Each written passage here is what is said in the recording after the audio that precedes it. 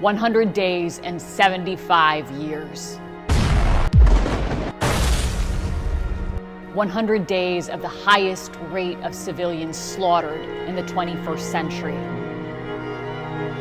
Israel killing more than 10,000 children in what UNICEF has called a graveyard of children. 100 days of dropping 2,000-pound bombs hundreds of times on the very spaces families were crammed to seek shelter, murdering them in an ever-shrinking killing cage in sheer cruelty and deliberate destruction of life. 100 days of burning children's flesh down to the bone with illegal white phosphorus, and of destroying 400,000 homes to rubble and forcibly displacing 2 million people, 90% of the population, of bombing 320 schools so children in Gaza have no access to an education, ensuring lost generations, of destroying the healthcare system and decimating nearly every hospital, bombing them with patients in them and systematically targeting 637 doctors and healthcare professionals, an entire class of medicine, while injuring 60,000 so that they succumb to their wounds and die slow, painful deaths. Not enough to massacre them in their homes, but to massacre them in their hospital beds. 100 days of bombing bakeries and purposefully burning food while denying aid trucks in, so an entire civilian population of 2.3 million is mass starved. 80% of those starving in the world in Gaza, 9 out of 10 people in Gaza sleeping without eating, with Israel using starvation as a weapon of genocide on 1 million children. 100 days of killing more than 100 journalists, the highest number of journalists murdered in history.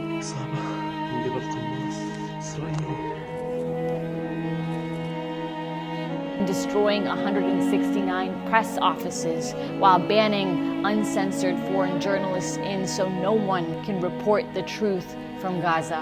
100 days of Israel cutting off telecom and internet services while it burns entire communities alive, killing families in the dark.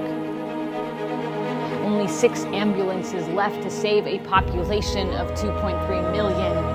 100 days of destroying the world's oldest churches, mosques, universities, historical archives to erase a people's culture and their history. 100 days of target assassinations of Gaza's best and brightest, its leading poets and civic activists, its preeminent scholars and scientists, its leading public intellectuals, to kill any prospect of a people's future. 100 days of erasing 1,400 multi-generational families from civil registries, grandparents, parents,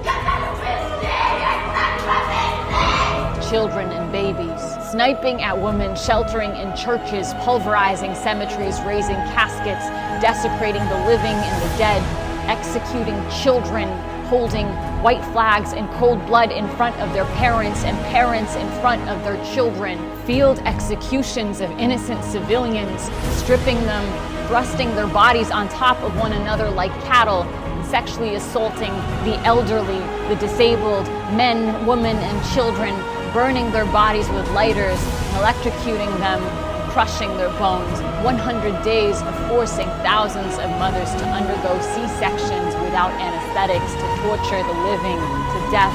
100 days of blowing limbs off 9,000 children, and cruelly forcing thousands to undergo amputations without anesthetics. 100 days of orphaning 25,000, creating a generation of traumatized children without parents. 100 days of collapsing neighborhoods on families' heads in their sleep, as they shelter in UN schools after being forcibly displaced from their homes, children's bodies crushed beneath rubble, soldiers laughing and filming themselves as they press the button to wipe out entire blocks on children's heads as though human lives are a game that they play. The sadism and sense of impunity and hatred for innocent life. This is Jewish country only. We don't need Muslims here. like knowing no likeness in our lifetime. 100 days of them telling the world what they are doing in horrifying language, followed by action at the highest levels and across society. Language that we heard in the worst horrors of human history, speaking of annihilating a people and of human animals. And that is why the world is marching with Palestine, because it's impossible to know the truth as a human being of conscience and to uphold this for human life. 100 days of the first genocide in history, where its victims are broadcasting their own destruction in real time in the desperate, so far vain hope that the world might do something. This can never be self-defense.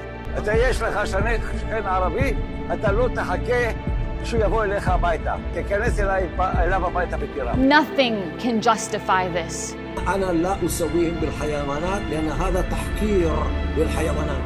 This is genocide on a population that's been subjected to 75 years of annihilation.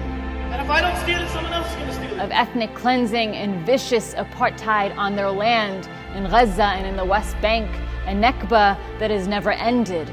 56 years of brutal illegal occupation and violent oppression, of 17 years of a deadly siege in the world's largest concentration camp, a people denied their right to exist for the past 75 years, denied their right to live in dignity and in freedom, a people persecuted for decades, massacred in the thousands, held hostage in the thousands before October 7th and every day after October 7th, tortured in indefinite military detention without trial or charge, including thousands of children suffering pogroms of their villages, the destruction of their homes and schools, the uprooting of their olive trees and their history and their families and their livelihoods, the robbing of their lives and of their fundamental human rights without any recourse in law, generation after generation. A people caged behind barbed wires and towering walls for 17 years in the most inhumane and densely populated place on earth, without freedom of movement, kept on a caloric diet, denied life-saving cancer care, and constantly bombarded in periodic extermination campaigns, official policy called mowing the lawn.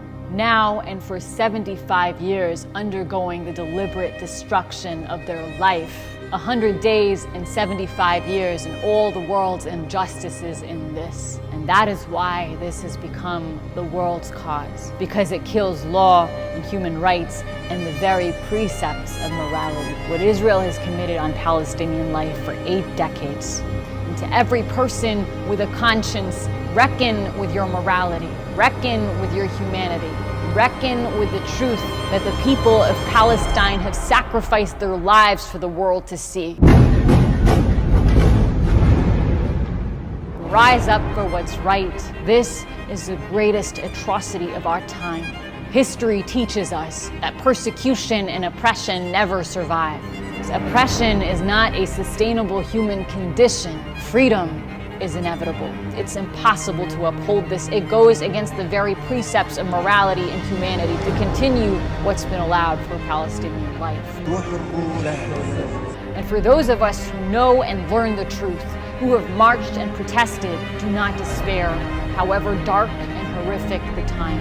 As the Palestinian cause is a just cause and a human cause, and it will prevail. We owe it to those who have paid the ultimate price with their lives for our collective freedom to keep pushing, to pay it forward in whatever ways we can, to carry the torch of justice and to bend that arc of justice toward freedom with full force and conviction, because none of us is free until all of us are free, and that universal message of never again may not grow hollow, but hold value for every human life. Stop the genocide.